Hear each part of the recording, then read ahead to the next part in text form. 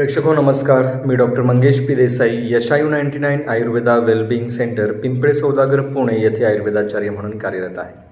मी आज आपणास भेटायला आलो आहे फळांविषयी सारी काहीच्या द्वितीय भागाबद्दल. तर आज मी थोडक्यात तुम्हाला त्याविषयी मार्गदर्शन करतो. फ्रूट सॅलेड्स किंवा मिक्स फ्रूट्स हे एकत्र खायची नाहीत. यामध्ये मधुर आणि आम्ल रसाची जी फळं आहेत ती प्रायः एकत्र येता कामा नये, म्हणजे गोड आणि आंबट स्वरूपाची. आणि एका वेळी एकच फळ आपण खाणं अपेक्षित आहे आणि ते सुद्धा चावून खाणं अपेक्षित आहे.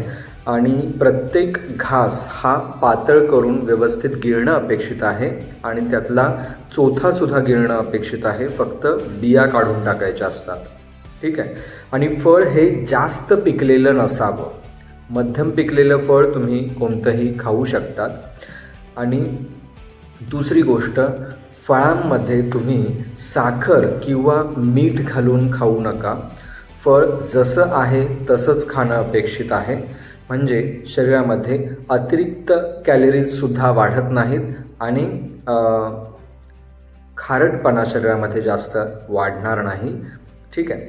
आणि दुसरी महत्त्वाची गोष्ट म्हणजे कफ वाढवणारे जी काही फळं आहेत त्यामध्ये केळ, पेरू, चिकू, सीताफळ, रामफळ, कलिंगड यांचा समावेश होतो.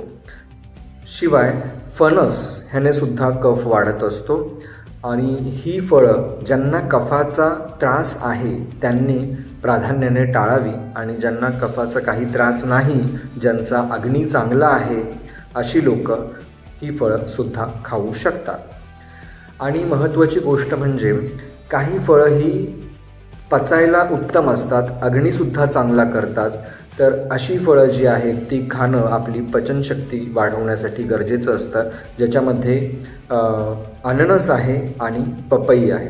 फक्त पपईचा उपयोग स्त्रियांनी काही पाळीच्या जवळपास वगैरे खाऊ नये, म्हणजे पपई खाल्ल्याने पाळी लवकर येण्याची शक्यता असते. तर हे काही ठराविक मार्गदर्शन तुम्हाला फळांसंदर्भात मी केलं आहे. अजून काही तुम्हाला शंका असतील फळांसंदर्भात, काही मोजक्या आणि ढोबळ स्वरूपातल्या शंका, तर तुम्ही कमेंट बॉक्समध्ये नक्की लिहू शकता. आणि तुम्हाला फळांविषयी काही अनुभव आलेला असेल तर तो सुद्धा लिहू शकता. तो शास्त्रीयदृष्ट्या योग्य असेलच असं नाही, पण तुम्हाला काही माहिती असेल तर नक्की व्यक्त व्हा, कमेंट बॉक्समध्ये लिहा. आपण पुन्हा भेटू एका नवीन व्हिडिओमध्ये. तोपर्यंत रजा घेतो. धन्यवाद.